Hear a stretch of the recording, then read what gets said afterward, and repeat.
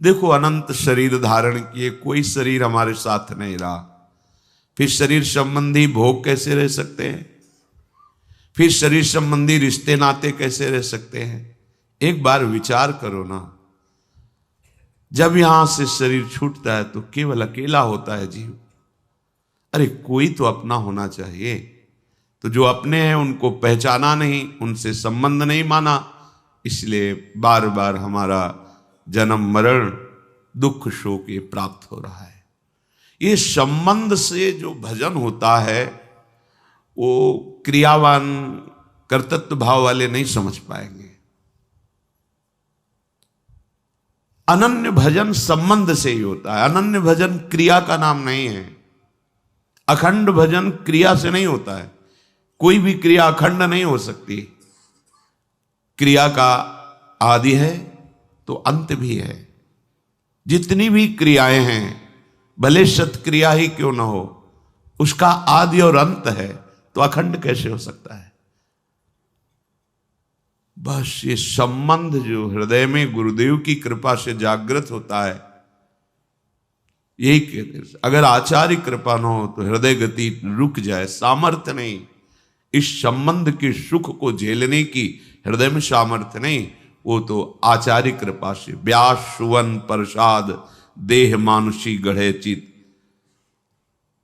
उस चित्त का निर्माण आचार्य कृपा से होता है। जो प्रियाजू के रूप का चिंतन, प्रियाजू के प्रेम का चिंतन, प्रियाजू की सेवा का चिंतन होता है, वो ये पार्थिव चित्त नहीं झेल सकता।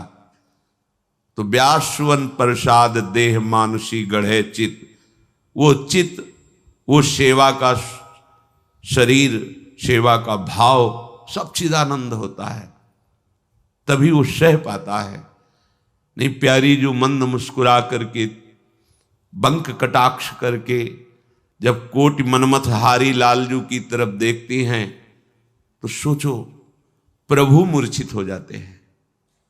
वंशी गिरने लगती, पीतांबर कहां गिरा, कुछ शुद्ध नहीं, और मूर्छावस्था को प्राप्त। प्रभु सर्वलोक महेश्वर, योग योगेश्वरों के भी, योगिंद्रों मुनिंद्रों के भी गुरु, प्रेम समुद्र श्री लालजू महाराज,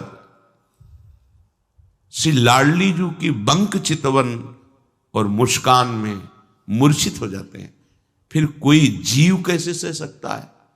अनंत जीवों का स्वामी जो ईश्वर है प्रभु श्री कृष्ण, वो हमारी प्रियाजू के रूप सौंदर्य को सह नहीं पाते।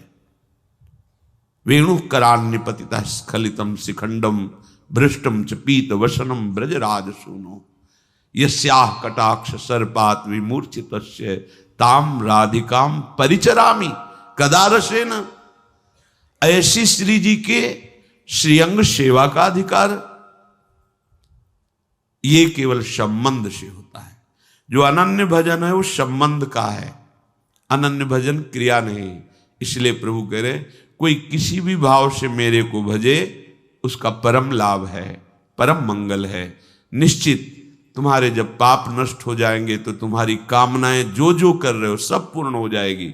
बस भाव से आप लगे रहिए, सदाचरण कीजिए, खूब नाम जप कीजिए। पर ये जो अनन्य भक्ति शब्द है ये सब इसमें नहीं है। इसमें तो नरक मिले, दुख मिले, विपत्ति मिले, अपमान मिले, बार बार जन्म मिले, इसकी भी परवाह नहीं रहती। बस केवल हम अपनी प्यारी जू प्यारे जू के चिंतन में मगन रहे। वो हमारे हैं, वो अपने हैं। संबंध से भाव का प्रादुर्भाव होता है और भाव को ही अखंड भजन कहते हैं। समझिए, अखंड भजन कोई क्रिया नहीं है, भाव है। क्रिया का संबंध शरीर से है, अंतःकरण से है। क्रिया होती है और छूटती है, इसलिए निरंतरता उसमें नहीं होती। अविनाशी चिदानंद नित्य परमात्म स्वरूप में स्थिति क्रियाओं से नहीं होती, क्रियाओं के संबंध त्याग से और भगवत संबंध स्वीकृति से होती है। ये ऊंची बात है, परमार्थ की ऊंचाई की बात है। देहाभिमानी बिल्कुल नहीं समझ सकता। जब हम अपने आप को प्रभु का मानने लगते हैं और प्रभु को अपना, केवल बस इतना ही, मैं प्रियालाल का हूं, प्रियालाल मेरे, वास्तविक हृदय में गुरु कृपा से जब ये बात बैठ जाती है तो इंद्रियां, मन, बुद्धि, शारीरिक, व्यवहारिक, लौकिक, वैदिक, परमार्थिक कोई भी कार्य हो रहा हो, भजन चल रहा हो या न चल रहा हो, एक भाव रहता है, मैं प्रियाजू का हूं, यही अखंड रहता है। ये सूक्ष्म विषय है, मैं प्रियाजू का हूं, ये अंदर बैठ गया है, ये अखंड रहता है। और जब ये अखंड रहता है तो स्मृति अखंड हो जाती है। कुछ भी क्रियाएं हो रही है, मैं प्रियाजू का हूं, ये अखंड स्मृति रहती है। जैसे हमने शरीर का संबंध मान लिया तो जब हम गहरी नींद में सो जाते हैं, सुषुप्ति में, तो हमें बिल्कुल ज्ञान नहीं रहता मैं कौन हूं, कहां सोया हूं, कुछ नहीं। जब जगते हैं तो कोई प्रयास नहीं करना पड़ता, अपने को पता होता है कि मैं पुरुष हूं, अपने को पता होता है मैं अमुक हूं, अमुक जगह सोया हूं, क्योंकि हमने उसे अपनी स्मृति में बैठा लिया है। तो हमें ये जांच नहीं करनी पड़ती कि मैं कौन हूं, स्त्री हूं या पुरुष हूं, ऐसा नहीं। वो हमारी स्मृति में बैठ जे भी जगह, तो हमें अपनी याद नहीं करनी पड़ती कि हम बैठकर 2 मिनट जरा सोचे कि मैं कौन हूं।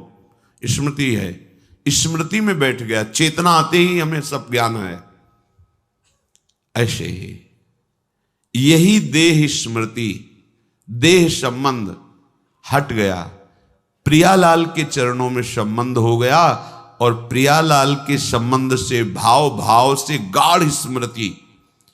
अब जो भी चेष्टाएं हो रही, लौकिक, व्यवहारिक, वैदिक, परमार्थिक, ये सब क्रियाएं हैं, आदि अंत वाली है, लेकिन जो भाव में स्मृति चल रही उसे अखंड स्मृति कहते हैं।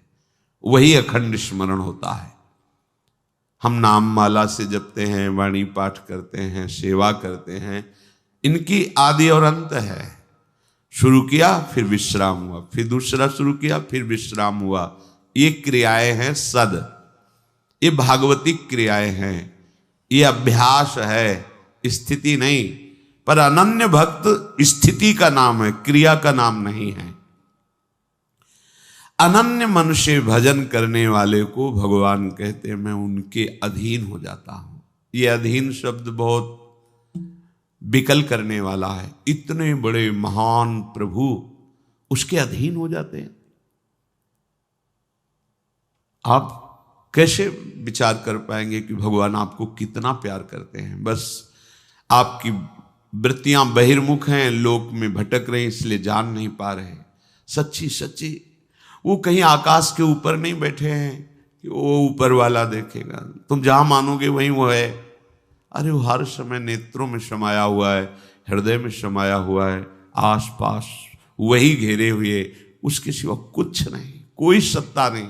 आपको लगता है स्त्री पुरुष मकान दुकान, ये कुछ नहीं, ये केवल माया का नाटक है।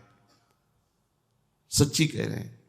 बस ये माया का नाटक नेत्रों से हटे तो एकमात्र अपने प्रीतम ही प्रीतम है।